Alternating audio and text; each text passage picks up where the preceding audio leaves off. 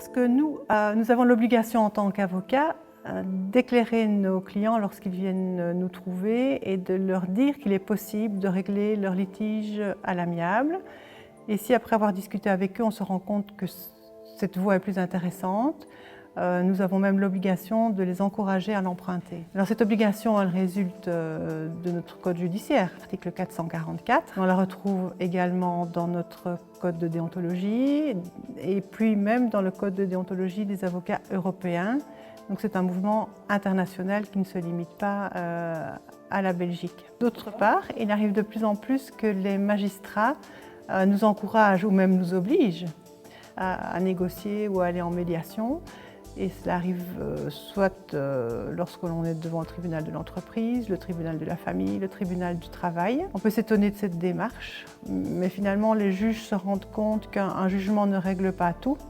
Et moi j'ai l'habitude de dire qu'il vaut mieux un bon accord qu'un bon jugement. Et pour avoir un bon accord, il faut apprendre à négocier. La négociation, c'est une science qui doit suivre un certain processus qui a été élaboré par des scientifiques. Et ce que nous voulons aujourd'hui, c'est vraiment interpeller nos stagiaires, les encourager à en savoir plus, les encourager à se former.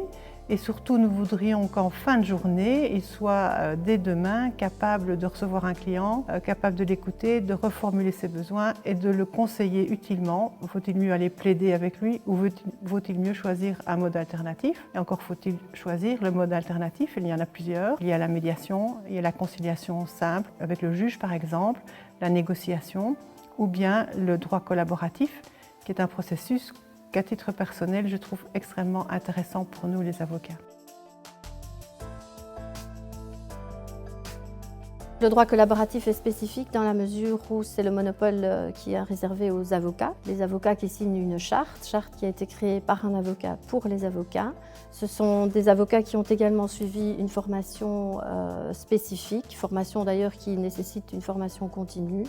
Tous les 2 ans. Ces avocats ont une formation qui consiste en l'apprentissage de différents outils. Ce sont ces outils qui vont favoriser la communication, mais aussi qui vont permettre de trouver un accord entre parties qui sera mutuellement acceptable. L'important, c'est ce travail en équipe, c'est cette dynamique du travail en équipe qui permet à chaque avocat de rester le soutien de son client, en ce sens le soutien humain bien sûr, mais aussi le soutien juridique, très important évidemment tout au long du processus, puisqu'on va tenter de trouver un accord avec l'objectif commun, mais ce sera évidemment un accord qui sera mutuellement acceptable, qui sera un accord équilibré. Et c'est cette technique et cette formation et ce monopole entre avocats qui permet de donner aux clients entière satisfaction. Au niveau du droit collaboratif, la distinction qu'il y a par rapport à la médiation, c'est que dans la médiation, le médiateur est un tiers neutre et ne peut effectivement donner aucun avis juridique. Et donc le droit collaboratif permet aux parties d'avoir ce soutien juridique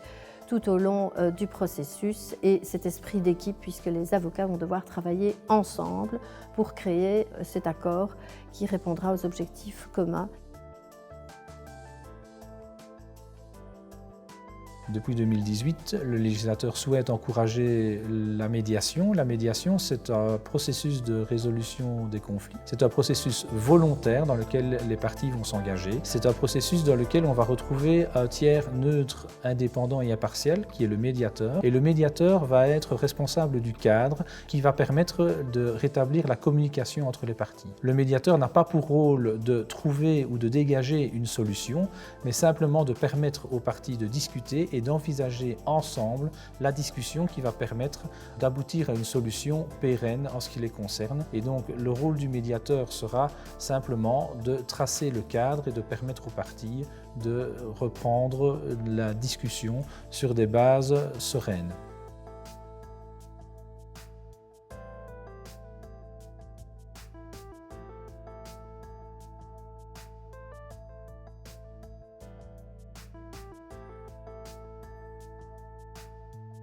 Donc aujourd'hui, dans le cadre de la formation du CAPA, on a assisté à une formation spécifique sur les modes alternatifs de résolution des conflits. C'est un domaine qui reste aujourd'hui encore trop méconnu des avocats et a fortiori des particuliers. C'est assez important en tant qu'avocat stagiaire qu'on soit sensibilisé à ces procédés-là pour les intégrer directement dans notre pratique et pouvoir les utiliser régulièrement. Ces alternatives, que sont par exemple la médiation et les marques en particulier, peuvent déboucher sur des résultats qui sont meilleurs pour les justiciables. Il y a des aspects très humains qui peuvent être réglés par le dialogue et c'est un peu des problèmes qu'on voit fréquemment dans des matières où parfois les gens se laissent dépasser par les émotions et vont se retrouver avec une décision imposée par un juge qui ne leur convient pas toujours, même à tous les deux. Parfois, pouvoir simplement discuter, se mettre autour d'une table, ça peut régler des tas de conflits qui peuvent survenir dans différentes matières. C'est très intéressant d'apprendre aujourd'hui que notamment la médiation peut s'appliquer aussi dans des conflits entre particuliers ou en entreprise, en particulier par exemple par la technique de la négociation.